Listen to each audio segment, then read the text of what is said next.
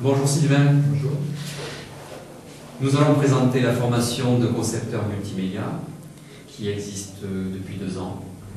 C'est une formation diplômante de niveau 2, un bac plus 3-4, dans lequel tu interviens sur un certain nombre de modules dont tu vas pouvoir nous en parler.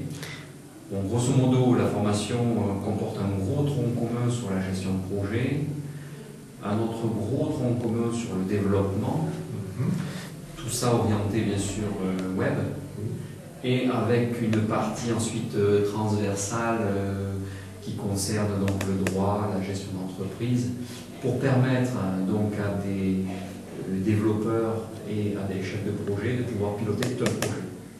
Si j'ai bien compris. Oui, oui, en effet. Alors, essaie-nous de. Est-ce que tu peux nous en parler un peu mieux? Moi j'interviens. Je ne suis pas le professionnel. J'interviens spécifiquement sur le module de gestion de projet.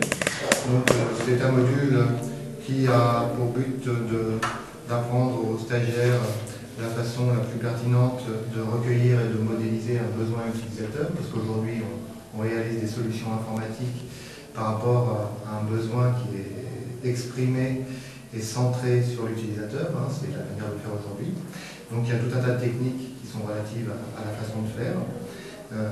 Donc la première partie, c'est de recueillir, de modéliser le besoin réel pour les utilisateurs, ce qui va permettre derrière de produire un cahier des charges pertinent et qui passe en revue les choses essentielles qu'on va avoir à développer. Donc je te coupe 2 secondes, mais tu utilises donc le langage UML, des outils aussi. Voilà, alors tu apprends à tous tes élèves. On utilise pour modéliser, c'est-à-dire pour documenter le projet, on utilise UML abondamment.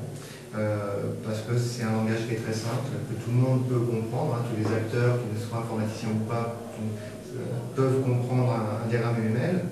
Donc c'est la manière de faire aujourd'hui, la manière la plus moderne, c'est d'avoir une documentation unique pour tous les acteurs du projet. Ça va éviter les perditions d'énergie et puis ça permet de garantir une bonne entente entre tous les acteurs du projet.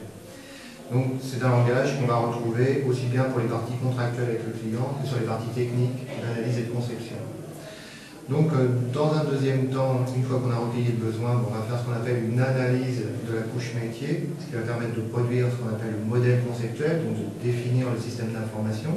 Le MCD. Ce qu'on appelait le MCD autrefois, mais qui maintenant est supporté par des diagrammes UML, donc la dénomination a un peu changé, mais en gros, ça revient au même, c'est comment organiser les données de l'entreprise, ou de l'association, après ça dépend pour qui on travaille.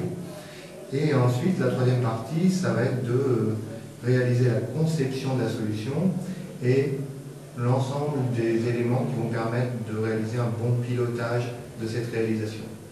Comme ça, avec toutes ces techniques, on garantit une bonne adéquation entre le besoin identifié initialement et la solution livrée à la fin. Et ça permet de faire ça, je dirais, en entretenant une équipe dynamique et des relations clients au beau fixe. Alors tu utilises la méthode agile, j'ai compris sur la première partie. Tout à fait.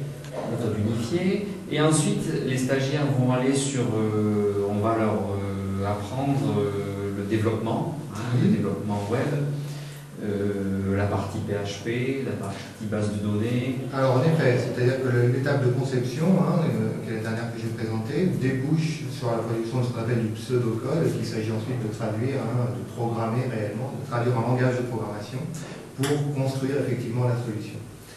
Donc là, dans ce cadre-là, on apprend stagiaire à programmer objet avec en particulier PHP 5, ce qui permet d'avoir une réelle analogie du début à la fin du projet, puisque l'étape de programmation qui arrive à la fin ne consiste finalement qu'à traduire l'ensemble de la conception qu'on a réalisée en UML précédemment.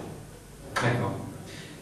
Cette deuxième partie représente quand même on va dire pratiquement les 2 tiers du programme, 1 tiers sur la gestion de projet, 2 tiers sur le développement, de manière à mener les stagiaires, si j'ai bien compris, à en faire des véritables chefs de projet et développeurs en fait, dans l'entreprise. Je parlerai plus de développeurs autonomes, c'est-à-dire qu'aujourd'hui, les équipes de développement se sont considérablement resserrées pour des raisons de concurrence internationale essentiellement, et on se retrouve aujourd'hui avec des développeurs qui doivent jouer le rôle de chef de projet également en même temps. Donc le défi est de taille, parce que Je dirais qu'historiquement, ce sont deux métiers qui sont bien différents. Et maintenant, il s'agit d'unifier ces métiers au sein d'une compétence unique, qu'on appelle développeur communément, mais qui inclut également un certain nombre de compétences de cadre d'entreprise, notamment de chef de projet. Bien recherché.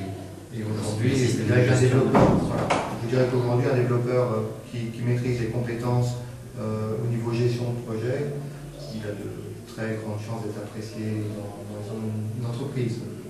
Eh bien, merci Sylvain, ce sera le mot de la fin. Avec plaisir. À bientôt. Au revoir.